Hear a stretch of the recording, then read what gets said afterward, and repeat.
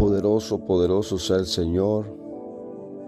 Alabado y bendito sea su nombre. Agradecemos al Señor porque nos permite llegar a un video más y llegar a cada una de las personas que forman parte de esta plataforma. Pues a través de este mensaje queremos traer un mensaje para tu vida. Queremos hablar de un tema, de los temas más delicados que hoy se pueden tocar, que muchos no se atreven a hablarlo. Y hoy quiero hablar sobre el tema de la paternidad. El tema de la paternidad es uno de los temas más poderosos y a la misma vez uno de los temas más peligrosos al mismo tiempo y poderoso. Y hoy quiero llevarlo sobre aquello que el apóstol Pablo hablaba. El apóstol Pablo hablaba en los Corintios. Primera de Corintios 4:14, el apóstol Pablo empieza a hablar, empieza a decirle. Y dice que su palabra dice: no os escribo para avergonzaros, sino para amonestarlos como a hijos míos amados. Escuche lo que el apóstol Pablo empieza a decir: porque aunque tengáis 10,000 maestros en Cristo, no tendréis muchos padres, pues en Cristo Jesús, escuche bien, yo os engendré por medio del Evangelio.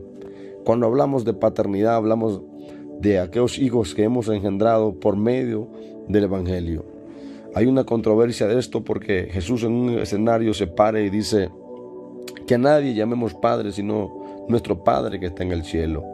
En ese momento, según los estudiosos, cuando Jesús dice esa palabra, era porque todos los judíos se apoyaban en el padre de la fe, que en este momento era Abraham, y lo tomaban como un Dios, lo tomaban como un comodín, y por eso Dios les reprende y les dice que a nadie llamemos padre. Pero cuando hablamos de paternidad, hablamos de lo que el apóstol Pablo habló en Primera de Corintios 4:14, donde dice que él los amonesta como hijos. Vea qué interesante que cuando hablamos de paternidad tenemos que hablar de David. En un momento la palabra de Dios dice que Saúl tenía un espíritu malo, y dice que uno de los criados de la casa de Saúl dice que había visto un hijo de Isaí. Vea que por lo primero que sale a la luz es quién era el papá de ese hombre, quién era el papá de ese hijo. Qué importante es cuando alguien entiende lo que es paternidad. Por eso en 1 de Samuel 17:58 dice que Saúl dijo y preguntó que este muchacho de quién era hijo, y dice que David le respondió y le dijo: yo soy hijo de tu siervo Isaí de Belén. Vea que cuando David viene de la victoria, David viene con la cabeza de Goliat en la mano. Lo que Saúl pregunta de quién era hijo, y él dice: ¿de quién es hijo este muchacho? Lo primero que Saúl hace es que preguntas por su papá al ver que David venía con la victoria. ¿Por qué? Porque si este muchacho venía con la victoria, lo primero que Saúl quería saber es que quién había formado a este muchacho, quién estaba con este muchacho. Por eso me impresiona que en la victoria del hijo David pregunta quién es su padre. ¿Por qué? Porque en un momento determinado dice que Jesús estaba con los discípulos y en medio de ellos estaba un discípulo llamado Felipe, según Juan del capítulo 14, del 8 en adelante. Dice que Felipe le dijo: Señor, muéstranos al Padre y nos basta. Vea qué interesante esa escena donde Felipe quería saber quién era el Padre. Pero dice que Jesús se paró. Jesús le dijo: tanto tiempo hace que estoy con vosotros y no me habéis conocido. Felipe le dijo: el que me ha visto a mí, dice, ha visto al Padre. ¿Cómo pues decís muéstranos al Padre? Vea qué interesante esa escena cuando uno de los discípulos no se le había revelado quién realmente era el Padre. Y es que debemos de entender algo, y es que en Juan 1:12 la Biblia nos enseña que dice que Jesús, desde el 11, que a los suyos vino, pero los suyos no lo recibieron.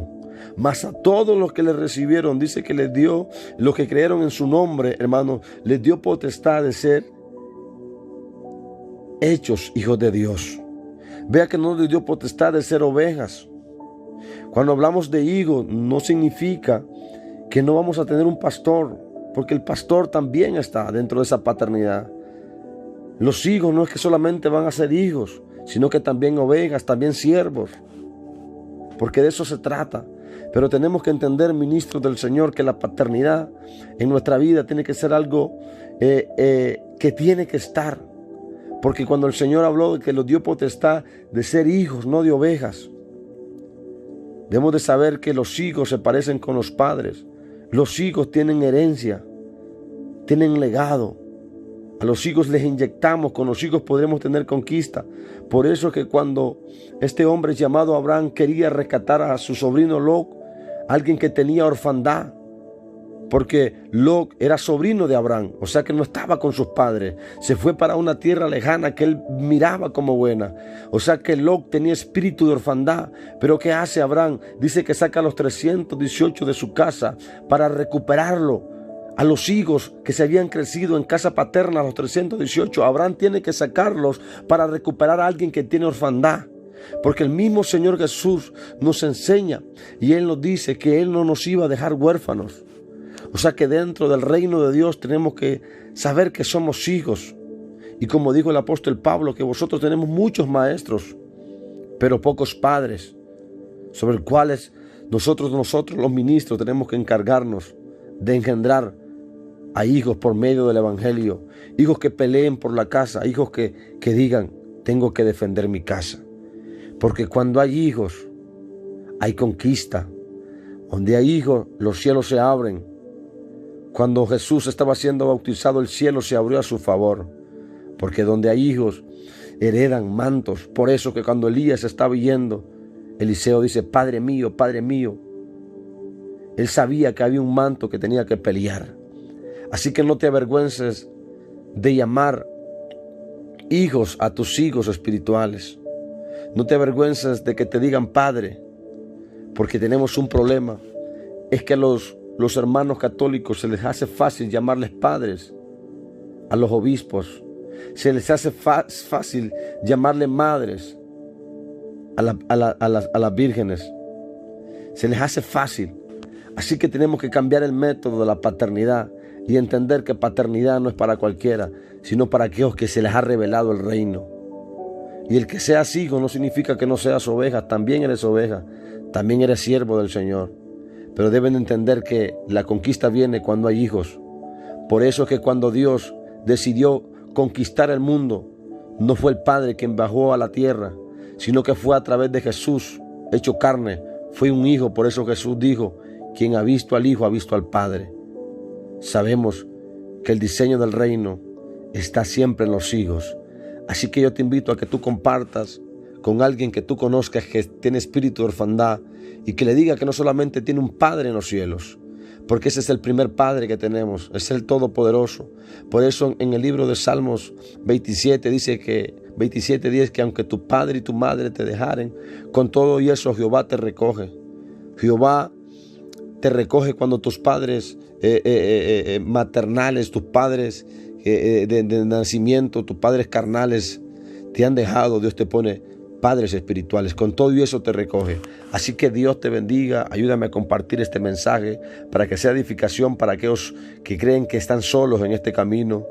Una paternidad de un padre espiritual hace que aquellos que se sientan solos, aquellos que no tienen identidad, aquellos que han perdido el diseño, a través de un padre espiritual pueden recuperar ese diseño. La paternidad no es obligada, la paternidad se revela. Así que Dios te bendiga y Dios te guarde.